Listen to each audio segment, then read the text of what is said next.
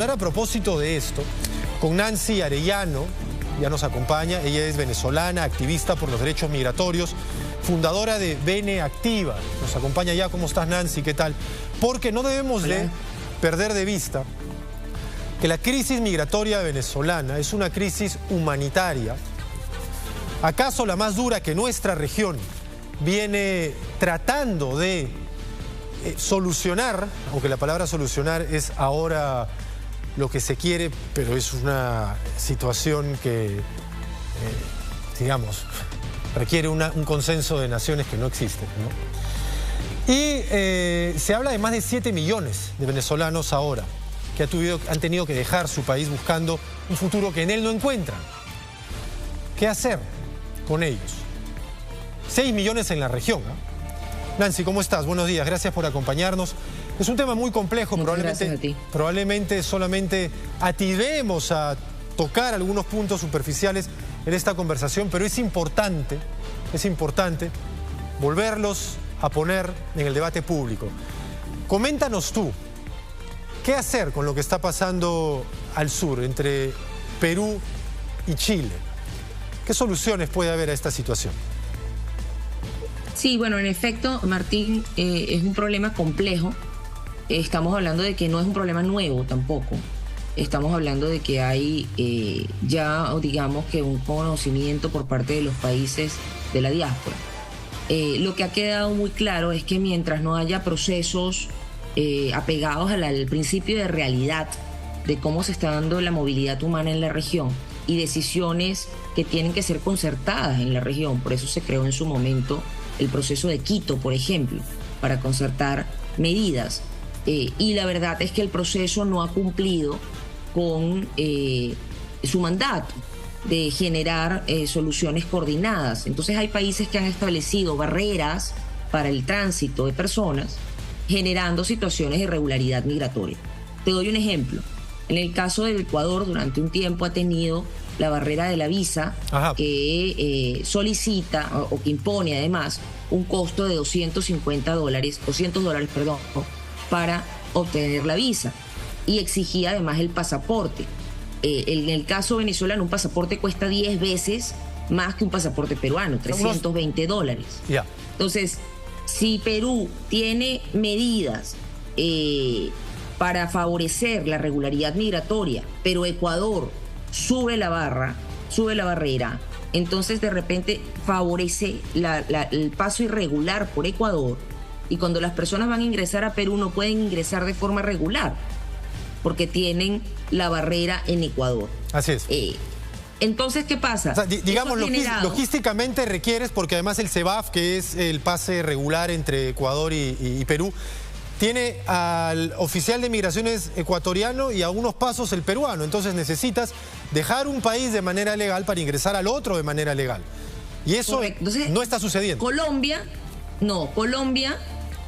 ha mantenido el paso regular porque ha mantenido una situación pues consistente con la realidad de esta migración. Sí. Entonces la gente ha ingresado con documento, con cédula, ha salido con cédula, queda irregular en Ecuador, y eso ya irregulariza toda su situación en la región, todo el paso, favoreciendo, insisto, redes criminales, tráfico de migrantes.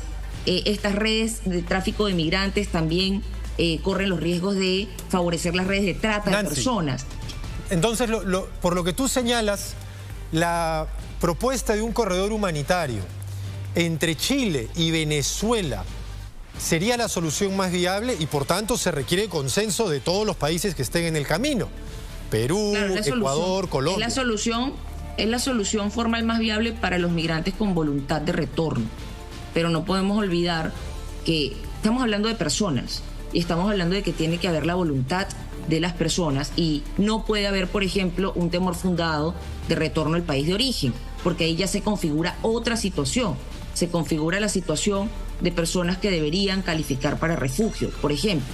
Y los países de la región tienen todo, pues, normas consistentes, normas incluso internas. Recordemos que los tratados internacionales son un tema, chévere. Tú te suscribes a los tratados internacionales, los suscribes, los mantienes vigentes.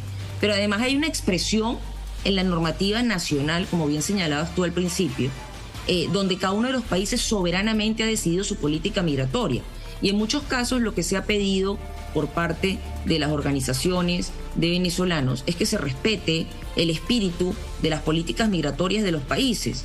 Lo que vemos es una inconsistencia muchas veces entre lo que establecen las políticas migratorias nacionales y lo que se toman como medidas temporales por parte de los gobiernos de turno. ¿Tú crees, si me permites, que era evidente que estas medidas adoptadas por Chile de endurecimiento de la situación de los migrantes irregulares allá, irregulares también, ¿no?, iba a ocasionar el problema que ahora estamos viviendo? Mira, sí, claro, porque estamos hablando que los venezolanos, la mayoría transitó durante la crisis en 2016 y 2017, cuando todavía a Venezuela se le reconocían los beneficios de libre movilidad del Mercosur. Sí.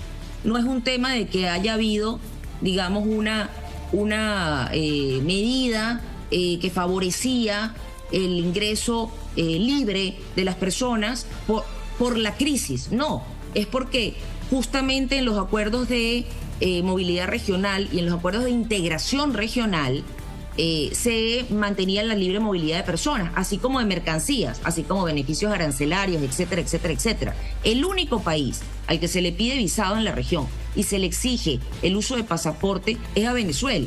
Entonces, en el caso de colombianos, pueden ingresar con su DNI nada más. En el caso de peruanos, en el caso de ecuatorianos, en el caso de brasileros, en el caso... Entonces, claro, estamos hablando de que se están generando, insisto, barreras allí que por supuesto iban a complicar la situación. Y digo por qué. Porque además la cédula de identidad es un documento que no se emite fuera del territorio nacional. Así es.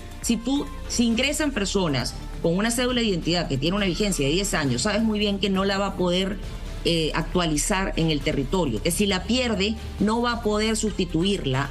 Los estados tienen que generar medidas para compensar esa diferencia que hay, si es que no van a negociar con el país de origen. Pero la persona, como persona, no puede ser entonces criminalizada simplemente porque se encuentra ante la imposibilidad de obtener el documento. Pero has tocado un tema que es fundamental. Es cierto que se está criticando el que las políticas de seguridad estén ahora vinculadas a las políticas migratorias, como si ambos fueran parte de lo mismo. Sin embargo, ya hablando en términos reales y de percepción ciudadana también, sí hay un vínculo. Entonces, ¿cómo poder abordar el problema de la inseguridad ciudadana en los países asociada con la migración, que es real? Uno puede diariamente ver noticias y no es, desde este lado te lo digo, un enfoque intencional de los medios de comunicación, puesto que uno cubre noticias policiales diarias y cada vez con mayor frecuencia saltan ciudadanos venezolanos involucrados. Entonces, claro, Martín, pero a ver, cuando hablamos de frecuencia, si tú tienes una lotería y tú compras todos los tickets, por supuesto vas a ganar la lotería. Es decir, a medida que hay más número de personas que tienen la característica común de tener una nacionalidad, por supuesto que vas a encontrar un número mayor de personas que lamentablemente transgreden las normas, como ocurre en los propios países.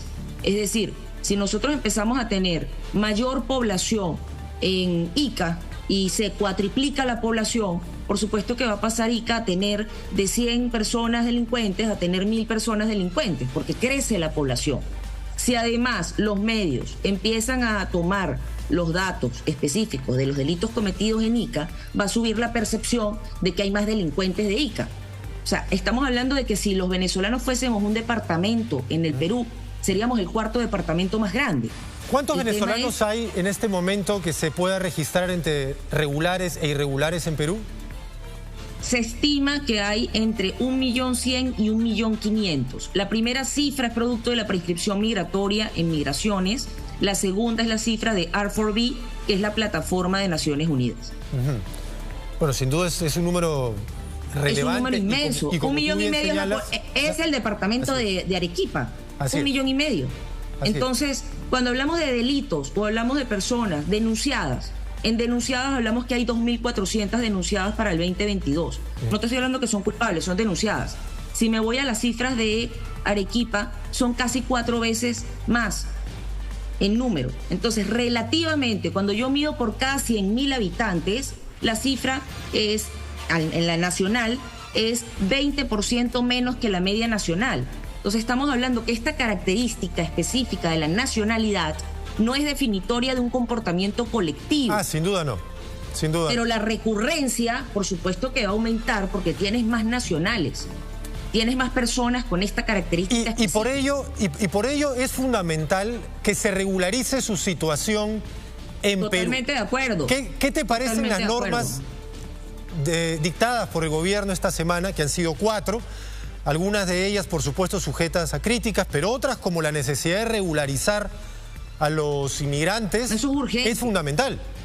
Es urgente, por lo mismo que te digo. O sea, ¿qué pasa con la seguridad ciudadana a nivel nacional? Tú tienes de los nacionales un montón de información como Estado. Sí. Tú tienes la información de dónde nació, quiénes son los padres, quiénes son los familiares, dónde estudiaron, a qué se dedican. Tú tienes eso de los nacionales. Cuando tú tienes un extranjero, hay mucha información que puede estar faltando para poder atender los temas de seguridad. Entonces, tú necesitas, así como los bancos tienen la política, conozca a su cliente para evitar el lavado de activos, hay que tener políticas de conozca a su migrante. Y eso significa favorecer la regularización migratoria y hacer uso de las tecnologías del siglo XXI además para poder favorecer el generar estos expedientes completos. Entonces, una migración regular, una migración integrada, una migración formalizada es una migración segura. Sin duda. Y por esa razón hay que facilitar, insisto, bajo el principio de realidad, los procesos de regularización. Y por eso aplaudimos que haya ahora la intencionalidad del Perú, además, con hechos, mejor dicho, de favorecer esta regularización para que se vea quién es quién y se entienda que el 99% de los extranjeros en territorio no están cometiendo delitos y que ese 1% sea ubicable. A propósito, y ya para ir terminando, regresamos al sur, porque efectivamente lo que uno ve en la frontera no es pues el estereotipo del delincuente. Lo que ve son madres de familia que tienen que a veces llevar a sus hijos en coche o a familiares con alguna discapacidad. Ahí estamos viendo también imágenes. Los arriesgan eso no se puede perder de vista. El enfoque humanitario no se puede perder de vista. Exacto, y a eso voy. ¿Qué es lo urgente ahora? ¿Cómo destrabar este nudo? Tenemos a cientos de personas en el medio, como si fuera un sándwich entre la policía peruana y los militares un poco más atrás y los carabineros chilenos. El deber consular es fundamental. O sea, el único estado que puede emitir el documento de origen, en este caso, es Venezuela. Consularmente, más allá de lo político, lo consular es un deber de los estados. Los estados deben favorecer que se apliquen todas las medidas necesarias para dotar del derecho de identidad a las personas. Entonces, es muy importante que el llamado no solo convoque a Colombia, a Ecuador, bueno, a Colombia por supuesto porque hay colombianos allí, y debe entonces el Estado colombiano proteger a sus personas. Claro, así pasa también con Haití, y Venezuela es lo mismo. O sea, solamente la emisión de documentos, aún el corredor humanitario va a necesitar entonces el acuerdo de los países para el tránsito o bien sea el salvoconducto que permita que las personas puedan movilizarse en la región en el caso de retorno. Pero es muy importante resaltar que Venezuela juega un rol y que hay que exigir que cumpla con el deber consular. Muy bien, gracias Nancy por habernos acompañado estos minutos. Es un tema, como te decía, bastante complejo. Hemos abordado algo, pero es importante que se siga debatiendo al respecto, porque estamos hablando de vidas.